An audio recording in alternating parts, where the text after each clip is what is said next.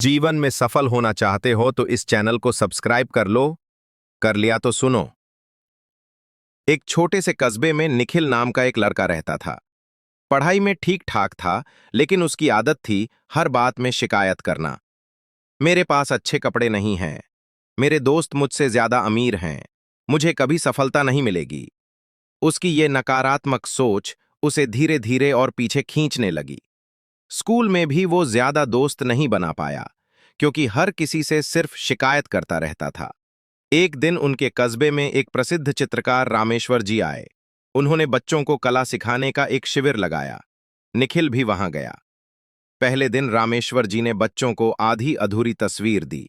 तस्वीर में आधा सूरज बना था, आधी नदी और आधा पेड़। बाकी हिस्सा खाली छोड़ दिया। बच्चों से कहा गया, अब इसे अपनी कल्पना से पूरा करो।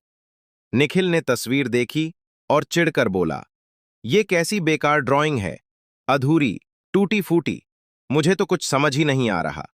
लेकिन बाकी बच्चों ने मुस्कुराकर अपनी अपनी कल्पना से तस्वीर पूरी कर दी। किसी ने नदी के किनारे नाव बना दी, किसी ने पेड़ पर पक्षी बना दिए, तो किसी ने सूरज को और बड़ा कर दिया। जब सबकी तस्वीरें देखकर निखिल खड़ा हुआ, तो उसे समझ आया कि वही तस्वीर जिसे उसने बेकार कहा, दूसरों के लिए कल्पना और खूबसूरती का मौका बन गई। रामेश्वर जी ने निखिल को अलग से बुलाकर कहा, बेटा, जिंदगी भी ऐसी ही अधूरी तस्वीर की तरह है। अगर तुम सिर्फ उसकी कमियों को देखोगे तो तुम्हें हर जगह शिकायत ही नजर आएगी।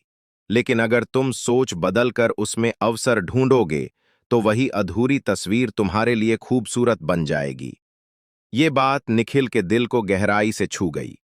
उस दिन से निखिल ने तय किया कि अब वो शिकायत नहीं करेगा। जहां उसे पहले गरीब होना कमी लगता था, अब उसने इसे मेहनत करने का मौका समझा। जहां पहले स्कूल की छोटी लाइब्रेरी को वो मजाक समझता था, वहीं अब उसने सोच लिया कि कम से कम मुझे किताबें तो मिल रही हैं। पढ़ाई में पहले जो हार मान लेता था, अब वही बार बार कोशिश करने लगा। धीरे धीरे उसकी मेहनत रंग लाई। उसने राज्य स्तरीय पेंटिंग प्रतियोगिता जीती। फिर पढ़ाई में भी अच्छे अंक लाने लगा।